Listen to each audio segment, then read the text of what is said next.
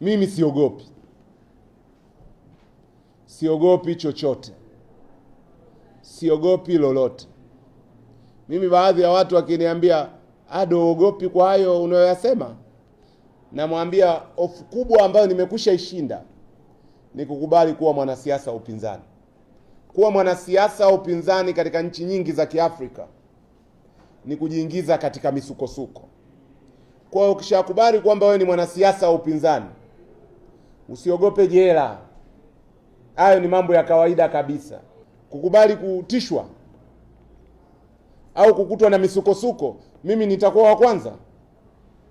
Sitakuwa wa kwanza. Sitakuwa wa mwisho.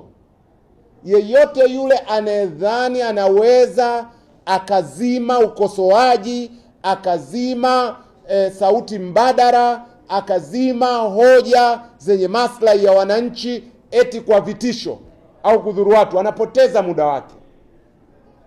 Hasomi historia. Pale Chuo Kikuu cha Dar es Salaam kulikuwa na chama cha wanaharakati, wanafunzi wa chuo kikuu miaka ya 60 mwishoni, 70 mwanzoni. Kilikuwa kinaitwa USAF, University Students Revolutionary Front, USAF. Hao ni wanaharakati, wanafunzi wa chuo kikuu. Ndio hawa kina Professor Shivji hivi leo. Ndio hawa kina Beno Ndulu, ndio hawa kina Yoweri Museveni. Tunapaswa kwenda kwenye historia. Wakati jarida lao linaloitwa Cheche lilipofungiwa na wao USAF kuambiwa wavunje chama chao, walitoa kauli ambayo inapaswa kumuongoza kila mwanaharakati wa haki za binadamu na anayepigania mabadiliko.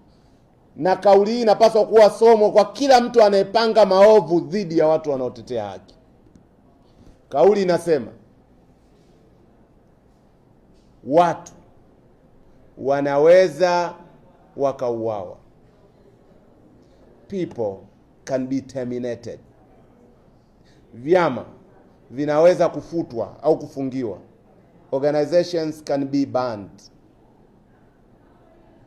Lakini mawazo ya kimapinduzi yataishi milele. Revolutionary ideas lives on.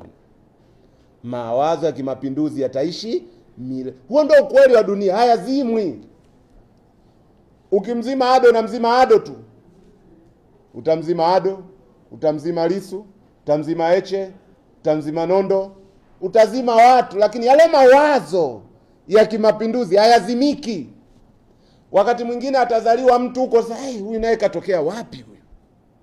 Anayabeba yale yale. Dawa ya haya yanayosemwa ni kuyafanyia kazi.